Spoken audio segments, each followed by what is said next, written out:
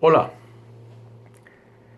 vamos a abordar hoy el tema de los dilemas éticos alrededor de la niñez, la infancia y la adolescencia. Y decimos dilemas éticos porque este tema lleva implícitos una serie de conflictos sociales, de conflictos personales en el caso de los padres en relación con sus hijos, y en el caso de los estados como garantes de esos derechos de los niños, y que nos lleva de alguna manera a tratar de interpretar qué significa ser niños en nuestra cultura occidental. Y me refiero a la cultura occidental por cuanto este ha sido un largo proceso. En los albores del siglo XXI contamos con unas normas y unos reglamentos muy robustas para la defensa de los niños. Y eso viene de larga data. Estamos hablando que este concepto del niño, tal como hoy lo entendemos, recoge un patrimonio cultural que viene desde los griegos, desde el siglo V antes de Cristo, pasando por toda la legislación romana, luego eh, todo lo que fue gestándose durante la Edad Media, durante el Renacimiento, para llegar a 1789, cuando se hace la Declaración de los Derechos del Hombre. A pesar de que esta norma indica que es para el hombre, los mismos franceses en el siglo XVIII reconocen que hay dos elementos culturales que de alguna manera debían ser incluidos en esta declaración de derechos, y justamente se trata de la mujer y los niños. Desde allí, desde el siglo XVIII, ya sembramos como Occidente esa necesidad de ir plasmando, ratificando, garantizando una manera de cuidar a estos seres vulnerables e indefensos en muchos casos. Más adelante, esta declaración de los franceses de 1789 se ratifica en 1948 con la Declaración Universal de los Derechos Humanos. Allí expresamente ya hablamos de unos derechos del niño, de unos derechos de la mujer. Pero cabe recordar que un poco antes, hacia 1924, en Suiza, un grupo de mujeres suizas se dan a la tarea de estructurar, digamos, las simientes de lo que hoy se conoce como los derechos del niño. Y eso lo reconocemos como la Declaración de Ginebra sobre los derechos del niño. Esta declaración de 1924 recoge 5 puntos fundamentales que son los que han venido desplegándose y han venido nutriéndose de reglamentaciones nacionales para dar lugar a lo que tenemos hoy, por ejemplo, en Colombia, como una política nacional de la infancia y de la adolescencia, o también la ley acerca de la protección de los niños y del adolescente. Esos 5 puntos que recoge la declaración tienen que ver con colocar al niño en condiciones de desarrollo, de un desarrollo óptimo. Es decir, que todos los niños tengan la posibilidad de acceder a la educación, a una buena alimentación, a formarse en el seno de una familia. Un segundo elemento es la protección del niño frente al hambre. Procurar por todos los medios de que el niño no padezca de hambre, que sea bien alimentado, que cuente con los suficientes cuadros de nutrición. Un tercer elemento tiene que ver con el recibir atención prioritaria en caso de calamidad. Si hay una guerra, si hay un terremoto, un accidente incluso, los niños deben tener prioridad. Ese es un mensaje claro en esa declaración de 1924. Un cuarto elemento tiene que ver con poner en condiciones al niño para que él pueda desarrollarse plenamente y para que la vida sea para él grata y sea de alguna manera fácil, en el sentido de que tenga acceso a todos los recursos posibles para que él se pueda desarrollarse a sí mismo, para que podamos perfilar a ese ser en los criterios de la autosuficiencia, autoformación y autogestación de su propia personalidad. Y un quinto y último elemento se refieren a que el niño debe ser educado adecuadamente y educadamente bajo principios de espiritualidad, bajo principios de respeto por el prójimo, de respeto por los derechos de los demás. Es decir, nosotros los adultos tenemos la obligación de formar al niño adecuadamente dentro de los parámetros y dentro de los valores de la propia cultura. Bien, estos 5 postulados de esa declaración de 1924 son llevados al seno de la Asamblea General de las Naciones Unidas en 1959 y se aceptan. Es decir, todos los estados del mundo reunidos en ese año, en 1959, en la Organización de las Naciones Unidas, acogen esta declaración de los derechos del niño, pero ahora se vuelven 10. Quiere decir que a partir de 1959 los 10 derechos reconocidos del niño son el derecho a la igualdad, el derecho a tener una protección especial en su desarrollo físico, el derecho a un nombre, a una nacionalidad desde su nacimiento, el derecho a una alimentación, vivienda y atención médicas, el derecho a una educación y a un tratamiento especial para aquellos que tienen condiciones especiales, el derecho a la comprensión y al amor por parte de los padres, por parte de la sociedad, el derecho a actividades recreativas y a una educación gratuita. De aquí viene el principio que aplica en muchos países para que la educación del niño sea gratuita. El derecho a estar entre los primeros en recibir alguna atención en un evento de calamidad, ya lo había dicho antes, y el derecho a la protección contra cualquier forma de abandono. Y para esto todos los países crean una institución, un esquema para acoger a esos niños que se encuentran en situación de abandono. En el caso de Colombia, recordemos, es el Instituto Colombiano de Bienestar Familiar. Y el décimo derecho que se acoge en esa convención es el derecho a ser criado en un espíritu de comprensión y de tolerancia. Y aquí recordamos un poco los preceptos de María Montessori y de Piaget, en el sentido de que los niños pueden opinar, los niños pueden expresar una idea, un sentimiento, una emoción. Los niños tienen derecho a expresar esas ideas y esas emociones. Entonces, a partir de ese año, de 1959, todos los países entonces tienen la instrucción de preparar el terreno, de crear las condiciones para que los estados respondan por las garantías para que los niños puedan ser sujetos de esos derechos, de esos 10 derechos fundamentales. Más adelante, entonces, en 1989, y esta es una fecha importante para el caso de lo que estamos tratando, en 1989, entonces se tiene la Convención sobre los Derechos del Niño.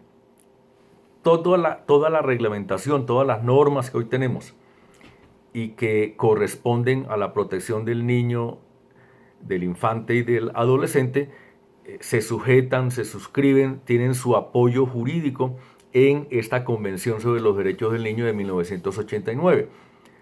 Justamente allí se plasman en 54 artículos todo lo que tiene que ver con la reglamentación acerca de la educación, de la atención primaria en salud, de una adecuada nutrición, del derecho a tener un entorno familiar favorable para su formación. Y aquí comenzamos a vislumbrar entonces un fenómeno especial. El niño, en el caso de la jurisprudencia occidental, de todo este recorrido que venimos haciendo desde el siglo XVIII, desde la Revolución Francesa, llega al punto de considerar que el Estado, es decir, el conglomerado, el conjunto de las personas que conforman una nación y sus instituciones, son los responsables de la formación del niño, son los responsables de la educación, los responsables para que un niño pueda disfrutar incluso de un ambiente sano. Los recursos naturales con los que hoy contamos para vivir adecuadamente, debemos procurar que esos niños en el futuro también ellos puedan disfrutar de esos ambientes y de esos recursos naturales. Y eso se fue gestando alrededor de lo que planteó esta convención en 1989. Quiere decir eso entonces que todos los países comenzaron a estructurar su legislación interna a partir de lo que dicta esta convención. Quiero decir esto, quiero decir lo siguiente. Frente a cualquier discusión, a cualquier demanda, frente a una situación de tipo jurídico alrededor de la tenencia de un niño, de la adopción de un niño, va a primar siempre lo que disponga la Convención de los Derechos del Niño de 1989. Es, digamos, la base normativa de todo lo que implica la protección del niño. Desde luego, nosotros tuvimos, recuerden, en 1991 la reforma de nuestra Constitución, la Constitución Política de Colombia, la última, la que reforma la de 1886, es la de 1991. Y justamente, recordemos que en el 89 fue la convención, afortunadamente para Colombia, porque pudimos incluir en nuestra Carta Magna toda la reglamentación última, toda la legislación y la normatividad acerca de los derechos del niño. Quiere decir que nuestra Constitución es ejemplo a nivel mundial sobre protección del niño.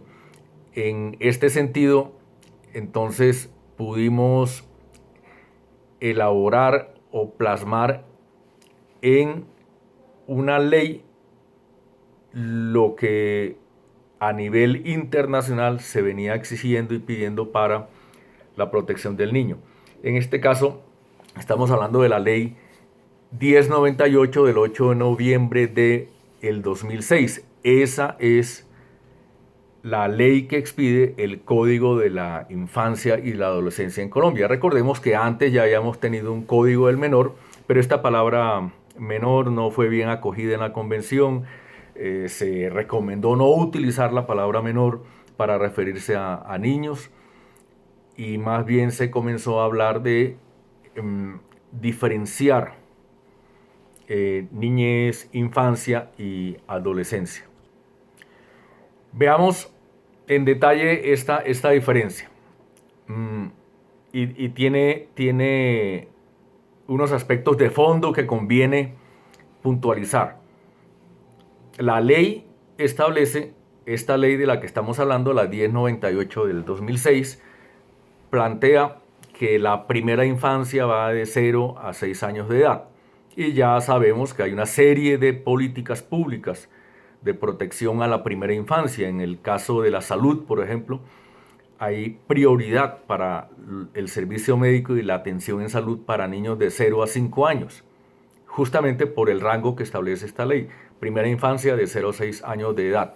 Luego viene niñez planteada de 7 a 12 años. 7 a 12 años. Corresponde con el ciclo escolar. Recordemos que la UNICEF establece que la edad de escolarización de los niños son los 7 años. A los 7 años en todo el mundo, en todo el planeta, a los 7 años el niño debe estar ya en el en los ciclos educativos, en primero de primaria, que es la educación formal. Y hacia los 12 años, él debe estar culminando ya el proceso de la educación básica primaria y la educación básica secundaria. Y tenemos ya la etapa de la adolescencia de los 13 a los 18 años. Es decir, a los 18 años termina esa larga fase de niñez y a los 18 años se adquiere la ciudadanía, que es otro vector jurídico que tiene también toda una discusión y todo un debate de fondo. Recordemos que en Colombia se está discutiendo si la ciudadanía se adquiere a los 16 años, unos 2 años antes. Veníamos de los 21, a mí me tocó la ciudadanía a los 21 años, es decir, fui niño hasta los 20 años. Por decirlo así. Los tiempos cambian, claro, toda esta generación de los años 1980 hacia acá tiene unos nuevos esquemas de educación, recoge unos nuevos hitos de formación ciudadana.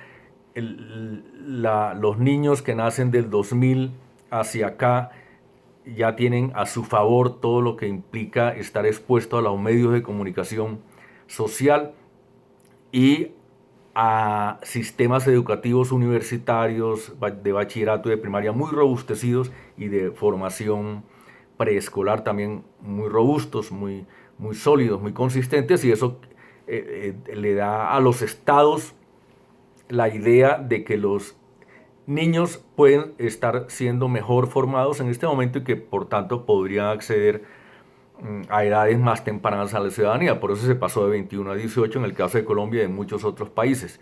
Muchos países ya están pensando en bajar a 16, sobre todo porque hay implícito aquí otros factores y son los que tienen que ver con la delincuencia. Hay un factor grave de delincuencia infantil que debe ser asumido y que la justicia debe abordar, pero recordemos que mientras los niños estén dentro de estas edades, hasta los 18 años, no pueden ser sujetos de derecho penal tal como se le aplica a los adultos. Por eso un niño contravector pues, se lo envía a un hogar de corrección de conducta.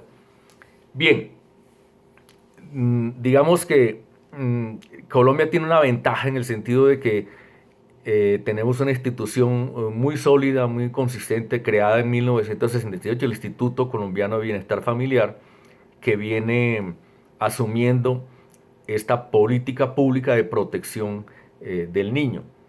Y si nosotros miramos un poco y penetramos un poco en el esquema organizativo de bienestar familiar, encontramos que todo lo de derecho de familia, los jueces de familia están afincados aquí en esta institución, todo el plan de adopción de niños está aquí afincado en esta institución, todo el plan de programas de protección de niños abandonados lo estamos incluyendo aquí, los programas y los planes de alimentación escolar.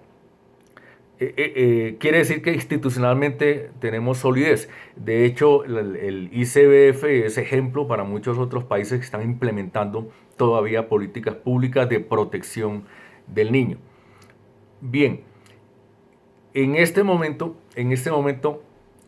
como culmen de toda esta trayectoria en Colombia, en el caso de Colombia y de muchos otros países a hoy, 2020, se cuenta con políticas públicas un poco más robustas y consistentes. En el caso de Colombia tenemos la Política Nacional de Infancia y Adolescencia 2018-2030. Es, digamos, la última disposición con que se cuenta y con la que se pretende generar condiciones de bienestar y acciones muy específicas del Estado para darle condiciones más favorables al niño para su formación, para su crecimiento espiritual incluso. Bueno, pero ¿de dónde viene la clasificación, esta clasificación de la edad de niñez, infancia y adolescencia?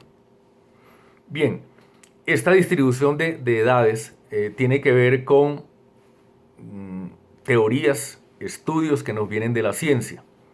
desde luego la estructura jurídica que acabamos de describir tiene un fuerte apoyo en resultados de la ciencia. Y por comentar a dos de muchos otros, uno de ellos, Jean Piaget, quien hacia 1930 ya tenía muy bien consolidada su teoría acerca de el desarrollo cognitivo del ser humano, cómo se da el desarrollo de la cognición en el ser humano. Y descubre en esta teoría que hay 4 etapas a través del cual el niño se forma, el ser humano en general. Hay una etapa de desarrollo cognitivo o unas etapas de desarrollo cognitivo, y la primera de ellas es la sensoriomotriz, la segunda la preoperacional, la operacional concreta, la operacional formal. A través de estos 4 pasos, y que tiene que ver con edades, por ejemplo, la sensorimotora va de 0 a 2 años, luego de 2 a 7 años la preoperacional, luego de 7 a 12 años la operacional concreta y la operacional formal de 12 años en adelante. A través de la observación, a través de muchos estudios con niños que incluso muchos de ellos estaban recluidos en orfelinato. Recordemos que Europa hacia los comienzos del siglo XX padece las guerras mundiales, la Primera y la Segunda Guerra Mundial. Hacia el año 45 apenas vienen terminando los europeos su Segunda Guerra Mundial. Más o menos hacia 1930, Piaget ya tiene bastante consolidada esta teoría a partir de la observación de niños en orfelinatos y de niños incluso familiares de él. Y es una teoría psicológica muy robusta, muy consistente, difícil de rebatir, y cada vez se confirma más. Esto quiere decir entonces, para encontrar puntos de conexión con la parte jurídica, que la ley respeta al máximo esa primera infancia. Por eso el concepto de primera infancia es sustancial en esto que estamos hablando de los dilemas éticos alrededor de estas edades. Cualquier legislación, cualquier consideración administrativa, cualquier consideración institucional o estatal alrededor de los niños debe respetar esas primeras edades. ¿Por qué? Porque en la teoría científica psicológica, de 0 a 5 años es una etapa sustancial en la cual se está dando esa primera aproximación al mundo, y el niño necesita concentrarse en esa experiencia sensorial y motora. Es cuando el niño está intentando gatear, intentando dar su primer paso. El lenguaje apenas está en formación, comienza a balbucear palabras. Y eso le lleva todo su ser, todo su ser está centrado y concentrado en ello. Por lo tanto, es un ser que depende de los adultos, de quienes están a su alrededor, de la familia, para que ese proceso se dé adecuadamente. Y si falla ese proceso, el futuro del niño se va a ver comprometido de manera esencial. Luego, después de los 2 años, hasta los 7, hay una segunda avanzada, hay un segundo momento en esa formación del niño que tiene que ver con explorar su mundo cercano. Ya es capaz de caminar, ya puede preguntar por qué tal situación, por qué tal otra, ya reconoce que está inscrito o se encuentra incorporado, incluido dentro de una experiencia afectiva, amorosa, que es su hogar, su familia, sus hermanos, sus padres. Y ello conduce entonces a otra condición de los derechos del niño, y es que de los 2 a los 7 años debemos procurar que el niño tenga experiencias favorables que lo preparen para su futuro educativo. Es decir, en la medida en que nutramos y le demos soportes y le demos respaldos y le demos todo el apoyo necesario a un niño para que su escolaridad sea lo más gratificante posible, va a ser mucho mejor para todos. Por eso se procura que los niños cuando lleguen a la edad escolar, o sea, a los 7 años, tengan ya un bagaje previo, tengan, digamos, unos elementos, unos antecedentes que nos permitan decir, va a disfrutar la escolaridad, va a ser provechosa para él y va a caer en un terreno fértil lo que va a encontrar en el colegio. Desde luego, aquí tenemos un nuevo dato que nos viene de la ciencia. ¿Qué pasa entonces con los niños antes de los 7? Y allí encontramos una figura importante que es María Montessori. Ya más adelante vamos a referir a ella. Entonces, eh, llegado los 12 años, y corresponde un poco al noveno, décimo, 11 grado, ya los niños están saliendo de su bachillerato. Antes salíamos un poquito más tarde, a los 20, 21 años nos graduábamos de bachillerato. Hoy a los 15, 16 años se están graduando los chicos porque se, se han acortado los tiempos. Y esto prevé una situación. Y la situación es que de 12 años en adelante, el niño ya comienza a pensar en otro nivel. Y ese nivel tiene que ver con la abstracción. Por eso le enseñamos a nuestros niños filosofía, economía, sociología en los grados superiores. En décimo y 11 estamos enseñando filosofía porque es el momento en donde ya podemos comenzar como seres humanos a hacer abstracciones. Ya podemos entender qué es el amor. Yo quiero a mi mamá. En el pensamiento concreto del niño menor a 7 años, pues eso quiere decir tener a alguien para abrazar, tener a alguien que me mime, que me bese. Todo está referido, ese concepto amor, a lo concreto y a la experiencia que se da en la relación con otra persona. Pero después de los 18 años, claramente tenemos una noción abstracta de amor, como un concepto más elevado. Lo mismo podríamos decir de democracia, el término democracia. ¿Qué es la democracia? Ya podemos hacer énfasis en ese tipo de preguntas. ¿Qué es tal cosa? Y eso implica filosofía, pensamiento filosófico. Por ello, la ciudadanía que tiene que ver con participar en procesos institucionales de la democracia, de los estilos de gobierno, poder participar en los esquemas institucionales de una empresa, saber que pertenezco, si estudio medicina, ingeniería, arquitectura, que pertenezco a una disciplina que congrega a unos organismos internacionales que giran alrededor de estos procesos de conocimiento. Todo ello implica abstracción. Una cosa es decir, yo tengo una moneda en el bolsillo, yo tengo un billete, pero otra cosa es hablar de la moneda. ¿Qué significa la moneda para los países o la moneda para el Fondo Monetario Internacional? Son conceptos que corresponden a otro orden de análisis.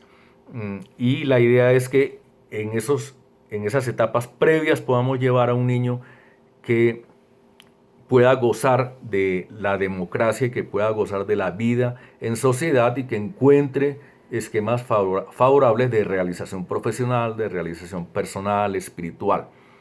Bien, María Montessori es una italiana también de los comienzos del siglo XX, al igual que Jean Piaget, y hacia 1930 ya tiene consolidado algo muy fuerte en la educación. Ella crea una teoría pedagógica en donde propone que el niño puede ser educado. Al niño lo podemos educar, es decir, al niño menor de 7 años. Ya, ella a través de sus estudios encuentra también que hay una base consistente para entender que se pueden dividir las etapas. Es más, ella lo hace, si Piaget dice que van de 0 a 2, la primera infancia, de 2 a 7, en una etapa subsiguiente, y de 7 a 12 y más de 12, ella habla de cada 3 años, 1 a 3, 3 a 6, 7 a 9, 10 a 12, pero igual coincide con Piaget en que después de los 7 podemos empezar con todos los niños del mundo, dentro de los esquemas de una educación formal. Y allí es donde ella inventa entonces el jardín infantil. Seguramente todas las personas nacidas de 1990 hacia acá pudieron disfrutar, si se quiere, la experiencia del jardín infantil, que es educación no formal. Párvulos, prepárvulos, salacuna 1, salacuna 2, pre-kinder, kinder y luego primero de primaria. Es decir, los estados tienen claro que la educación empieza en primero de primaria. Antes se hace una formación, o mejor, una educación no formal, como esquemas preparatorios para esa fase de escolaridad. Bien, es muy importante María Montessori porque establece unos criterios muy sólidos para indicar que el niño necesita por parte del adulto simplemente acompañamiento, porque el niño puede opinar, porque el niño en su balbuceo y en su manera de expresar su experiencia de vida, él tiene un lugar en el mundo y él puede decir qué quiere y él puede manifestar y establecer una especie de diálogo con el adulto si el adulto trata de interpretar el lenguaje del niño. Esto abrió unos horizontes muy fuertes. Hoy lo vemos como algo común, porque claro, la cultura occidental pudo, en los comienzos del siglo XXI, pudo establecer que ya podemos interrelacionarnos de una manera diferente con el niño. Ojo, no ocurría así, era muy distinto. Desde antes de los años 60, la relación con el niño era muy diferente, el trato de la sociedad hacia el niño era muy diferente. En Bogotá, por ejemplo, existían los gamines. En muchos países existían los gamines, que eran los niños abandonados en la calle. Y esos fueron retratos muy crudos de la sociedad que se dieron hasta incluso comienzo de los años 70. Los niños abandonados en orfelinatos en Europa, por ejemplo, proliferaban y en los primeros años del siglo XX y con mayor énfasis después de las guerras,